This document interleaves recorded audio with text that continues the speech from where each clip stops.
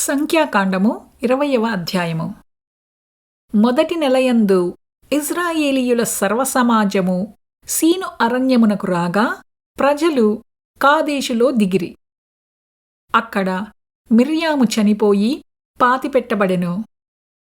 ఆ సమాజమునకు నీళ్లు లేకపోయినందున వారు మోషే అహరోనులకు విరోధముగా పోగైరి. జనులు మోషేతో వాదించుచు, అయ్యో, మా సహోదరులు యెహోవా ఎదుట చనిపోయినప్పుడు మేమునూ చనిపోయిన ఎడల ఎంతో మేలు. అయితే మేమును మా పశువులును ఇక్కడ చనిపోవునట్లు ఈ అరణ్యములోనికి యెహోవా సమాజమును మీరేల తెచ్చిరి. ఈ కాని చోటుకి మమ్ము తెచ్చుటకు ఐగుప్తులో నుండి మమ్మును ఏల రప్పించితిరి. ఈ స్థలములో గింజలు లేవు, అంజూరాలు లేవు, ద్రాక్షాలు లేవు, దానిమ్మలు లేవు, త్రాగుటకు నీళ్లే లేవనిరి.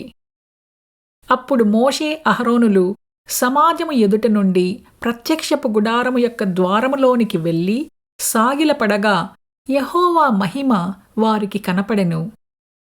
అంతట యెహోవా మోషేకు ఈలాగున సెలవిచ్చెను: నీవు నీ కర్రను తీసుకొని నీవును నీ సహోదరుడైన అహరోనును ఈ సమాజమును పోగుచేసి వారి కన్నుల ఎదుట ఆ బండతో మాటలాడుము, అది నీళ్లనిచ్చును. నీవు వారి కొరకు నీళ్లను బండలో నుంచి రప్పించి సమాజమునకును వారి పశువులకును త్రాగుటకిమ్ము. యెహోవా అతనికి ఆజ్ఞాపించినట్లు మోషే ఆయన సన్నిధి నుండి ఆ కర్రను తీసుకుని పోయెను.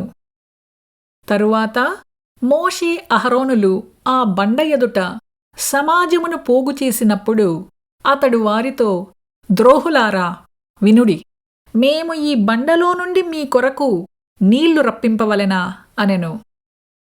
అప్పుడు మోషే తన చెయ్యి ఎత్తి 2 మారులు తన కర్రతో ఆ బండను కొట్టగా నీళ్లు సమృద్ధిగా ప్రవహించెను.